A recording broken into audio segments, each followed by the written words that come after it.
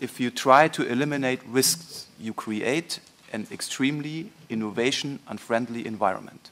The job that the parliamentarians and the Council has to do now is, I think, one thing that is, one common ground is here in the room, is to give a guarantee for the freedom of choice for farmers and consumers. Therefore, we need a reliable and clear legal base. The idea is to give a possibility to member states to restrict or prohibit the cultivation of GMO on their territory. The Commission brought this proposal in July, and it is going to complement the existing legal framework. This is going to give to the member states powers based on reasons other than the reasons which they can use already now, which is the reasons based on the assessment of risk for health and the environment. According to the European Commission's report, the percentage of European citizens opposing genetically modified food is increasing. In the Council conclusions, the revision of the EFSA guidelines on environmental risk assessment of GMOs was a major point which should be improved. Developing further guidelines relating to the environmental effects of GMOs on non-target organisms, for example, considering the long-term effects and considering also implications for health. The legislation in Europe is too one-sided. Not all kinds of genetical engineering are the same. There is a new technique which is called cisgenesis, which in my view should have a different approach from the European Union in comparison with transgenesis. The technique is going very fast and legislation should not be too fixed on one technique. It should make it possible for different techniques to have a different approach in the European Union. We are very in favor of marker-assisted selection, another newer modern biotechnology which can produce plants with stress tolerance to droughts, to floods, to salt, that doesn't pose the same concerns that genetic engineering poses, and which are much cheaper and can be used by public institutions. Do we want to be able to ensure food security in the future? Do we want to be able to incorporate society's new expectations? 10% of Europeans want to buy GM crops, and 10% is a significant market.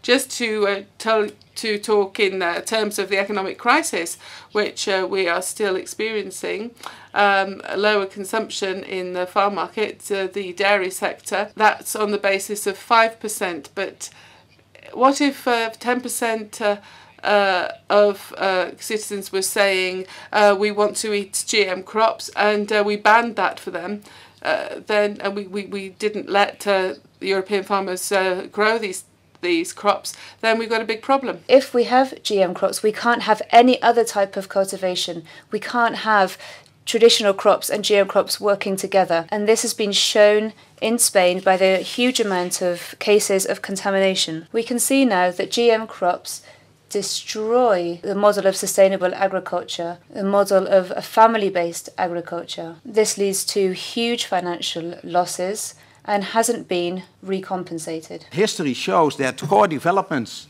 can and must not be stopped. You can shape them, but not stop them. The European countries need degrees of freedom, and give them, because they need it, because innovation is one of our spearheads. Individual state members must not be dependent on the slowest country in our European Union. The ban on cultivation can better be made legal than illegal. That means then we can better look for good grounds which are accepted, non-scientific, than to misuse all kinds of aspects in regulations. We think, as an industry, we need an EU-wide authorization of GM plants for cultivation, and that must be based on a scientific evaluation by EFSA. As an industry, but also farmers, I think, we need predictable and reliable conditions to work. On the other hand, we think it's very important that freedom of choice has to be provided. Member states who want to offer to their farmers the freedom to choose modern agriculture technology should be free to do so. and reticence in one member state should not restrict advancement in another. It seems a little contradictory to me to say at a certain point that there's no problem, no risk, everything's covered, and to refuse all responsibility.